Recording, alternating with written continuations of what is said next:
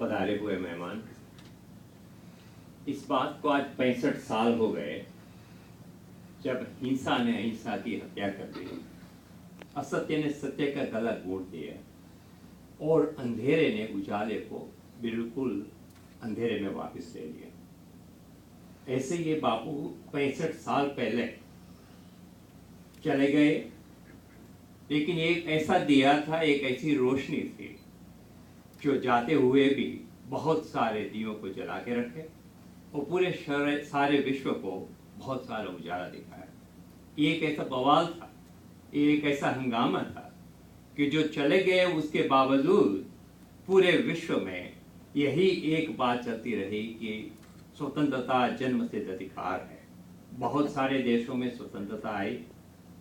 एक प्रख्यात French philosopher ने कहा है कि इंसान बहुत लंबे वक्त तक सूर्य की ओर और मृत्यु की ओर नहीं देख सकता।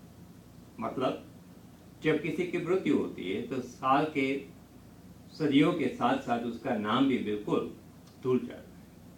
लेकिन जिन लोगों ने इंटरनेट में आज पढ़ा होगा, जो सबसे बड़ी घटना हुई अपने देश में, Guinness book of world record में जो आज लिखा गया, कोलकाता में 486 बच्चों ने गांधी जी सरी के कपड़े पहने, चश्मा लगाए, सफेद मेशा पहनी और हाथ में लकड़ी लेके पूरा एक प्रदर्शन किया जो Guinness book of world record में आज भी लिखा गया।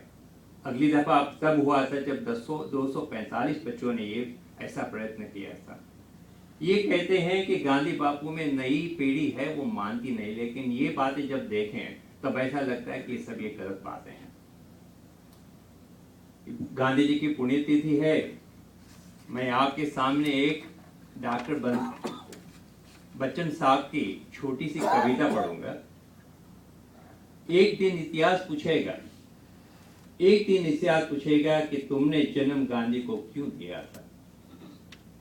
जिस समय हिंसा कुटिल डिजाइन बल से हो संभवित, धर्म संस्कृति सभ्यता पर डाल पर्दा, विश्व के संहार का षड्यंत्र रचने की लगी थी, तुम कहां थे और तुमने क्या किया था। एक दिन इतिहास पूछेगा कि तुमने जन्म गांधी को दिया था। जिस समय अन्याय ने पशु बल सुरापी, उग्र उद्दंड अन्मत एक निर्बल निरपराध निर्भय को था कुचल डाला, तुम कहां थे और तुमने क्या किया था। एक दिन इतिहास यही पूछेगा कि तुमने जन्म गांधी को दिया था।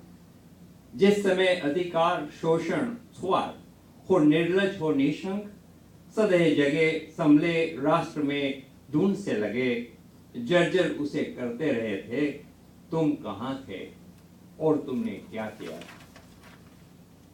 क्योंकि गांधी व्यर्थ यदि मिलती न हिंसा को चुनौती, क्योंकि गांधी व्यर्थ यदि अनुयायी की ही जीत होती, क्योंकि गांधी व्यर्थ जाति स्वतंत्र होकर यदि न अपने पाप धोती।